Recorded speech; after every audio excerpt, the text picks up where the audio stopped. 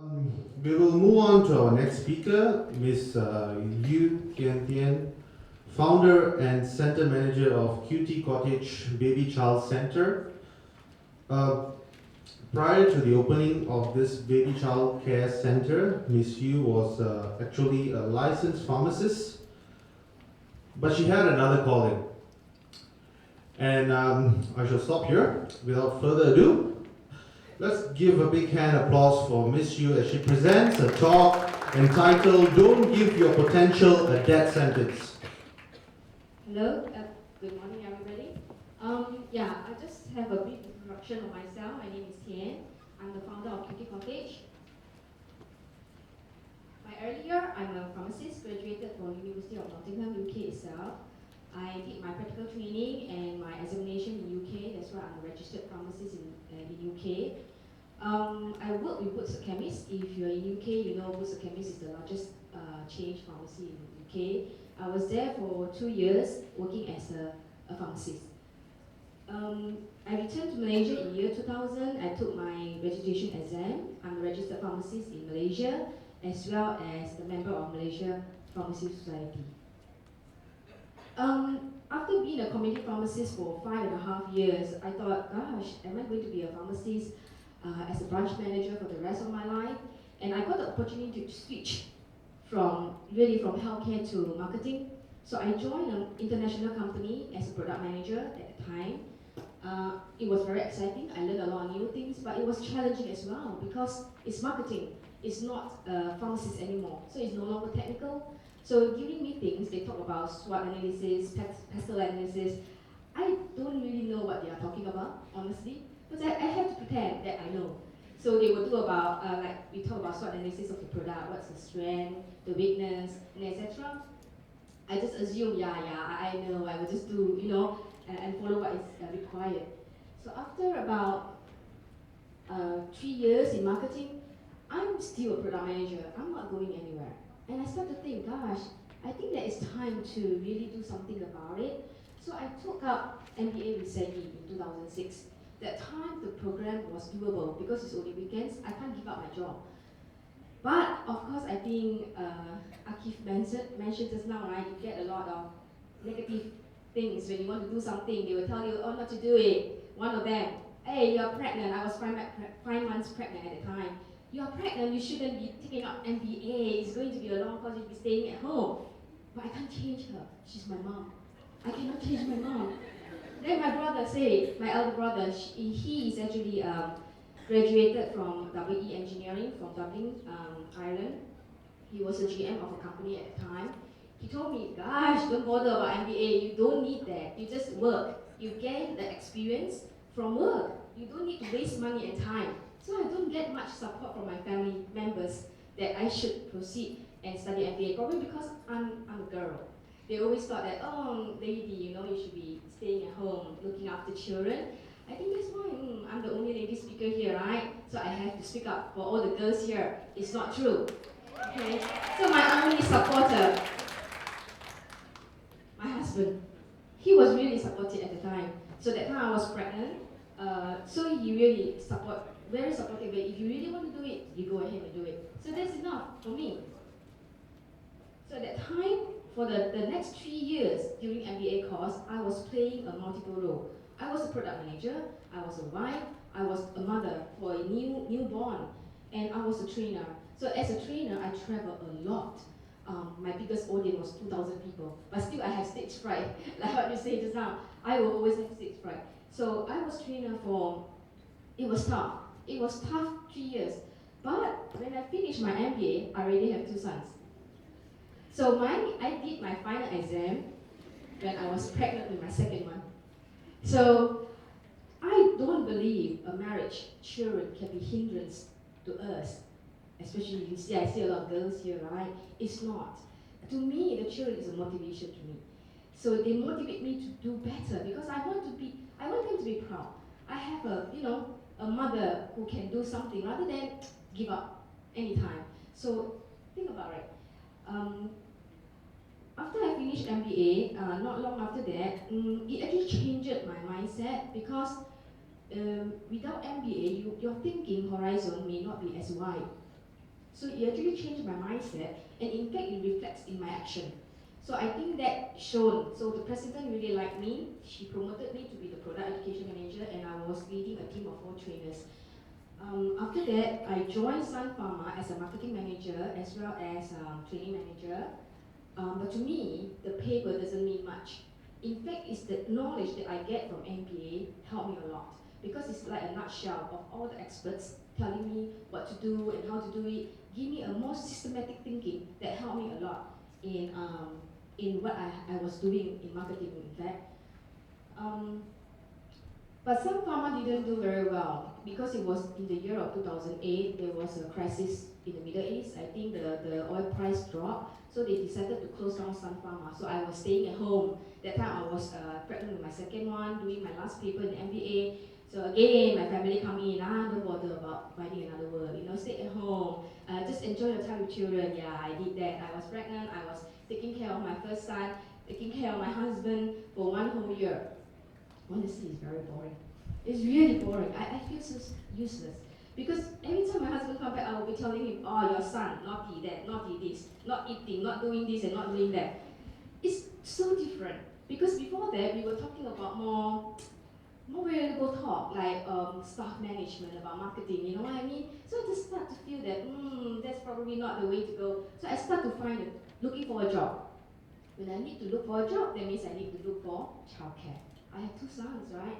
So when I look around, gosh, I'm not sure, have you all ever been looking around for a childcare? I was not very lucky. So I thought, enough is enough. I started my own. I started my own childcare center. So I set up a childcare center, taking in infants from 2 months with a team of nurses because I'm a medical professional. So I think I will start off with quite medically with nurses taking of infants.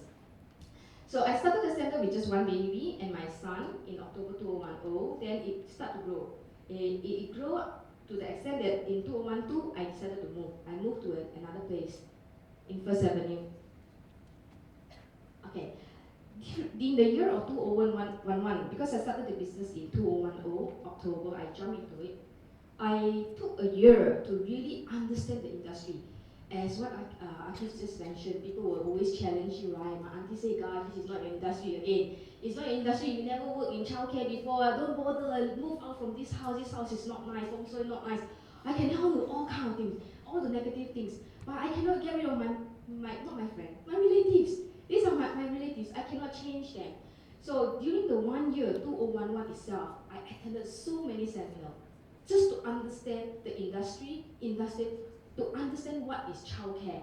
So now I'm a registered childcare provider under Jabatan Kebajikan. I'm the member of Early Childhood Childcare and Education Council. I'm also the member of Persatuan Pengasuh Daftar Malaysia. So really, in the short 1 year, I really had to learn everything from scratch to the whole industry. To me, Cutie Cottage is a learning organization. We cannot stop learning. I think you will hear this over and over again. We cannot stop learning.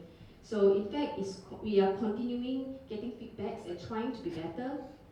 We as individuals in the company as well, we are trying to improve. Like some of my staff, Naswa, she graduated I think 3 years ago. She is my supervisor in the center. I can see her, she growing in terms of leadership, because when you are a supervisor, you don't think that, oh, it's a title, a nice title, but there is a lot of leadership involved, a lot of management involved. So she is growing in terms of that. I have 2 trainers in my center, so they are learning in terms of more technically how to do trainings to the staff and etc. So we are learning. So for me personally, I'm fine-tuning my people management skill, and still I learn. Be humble, right? So next course, maybe I'll just take a diploma or degree in early childhood. I don't think I can stop learning. Okay, so I just want to share, because just now as Azik mentioned, it's easy to start a business. I think it gives a mindset of whereby it comes easy. Okay, it does in certain way. I just want to talk about the new generation, because it's Gen Y, right? All of you here are Gen Y, because you are born in the early 80s, the 90s, I presume. So you are still the Gen Y. I'm half Gen Y, slightly older than the Gen Y. But anyway, the Gen Y, according to the expert, they are pleasant looking. Their resume looks good. Really, I get a lot of resume. They look looks really fantastic. They dress very well and they speak very well. So see, but after a while, this is general, not my staff, alright? My staff are really good staff. Generally, they will say they seem to be always late for work. They're distracted at work and they leave works on time. Can you see that? You are late again. Don't worry, I will leave early to make up for it. So they make mistakes and they don't like feedback. They make mistakes in documents, presentation, and they don't take feedback very well. If somebody tell them, okay, you may not be doing very well in this term, oh, I don't like it, I want to resign already. In the heart, I hate this boss, I want to resign. You know, they always think that way. They don't know what they don't know, and they make mistakes and they think they are right. So even they say, oh, okay, thank you for your feedback, but in their heart, I don't think I agree with you. You know, this is the Gen Y, the attitude of Gen Y. May not be everybody, but in general. So they have unrealistic expectations and think they were unfairly treated most of the time. Is it true? Don't take on much responsibilities, but think they should be paid more. I think this for every generation, even the Gen X, with whatever generation, right? We want to be paid more. So there's dating agency. Okay, I will enter beauty queen, millionaires, and what? Pub landlady, and we'll see what comes up.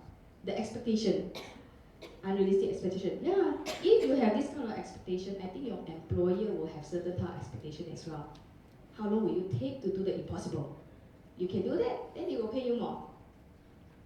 So the Gen Y in general, they are very ambitious, they want to achieve something. But this is my sharing to you. But don't be arrogant. I think Aziz mentioned that before, your head down, right? But your action up. It's the same. If you are arrogant, you are giving yourself a death sentence to any potential. Okay? So if you think, because I do heard, there was one nurse, she did very well. She's a first class student from Segian. She was recruited in hospital, but I don't think she is very welcomed by the team because she's arrogant. She thought she knows everything. I'm a first class student. Why should I be bothered to do this? Why should I be bothered to be in this department? It's really bad. So you will be stagnant and eventually outdated. If you think you have learned enough.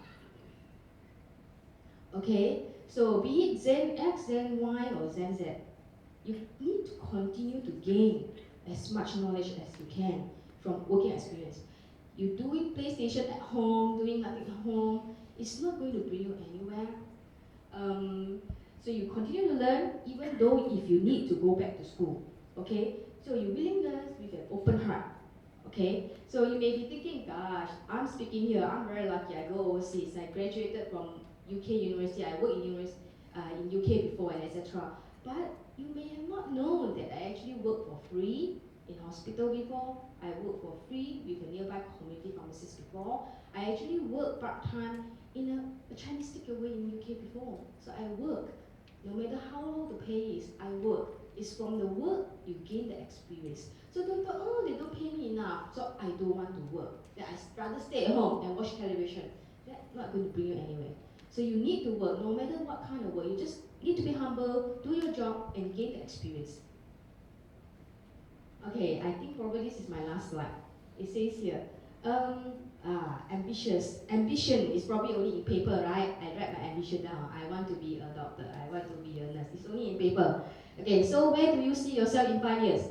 The boss asks. Then the employee said, sitting in your seat. Then the boss said, what? Well, I'm demonstrating ambition by aspiring to your position. Naturally, you will have moved on by then. Right? Silent. The boss keep quiet. Then the boss asks, so where do you see me in 5 years? Sitting in my seat. So if you don't continue to learn and improve yourself, that may actually happen. Right? So I think that's it. I sum up the speech. Thank you.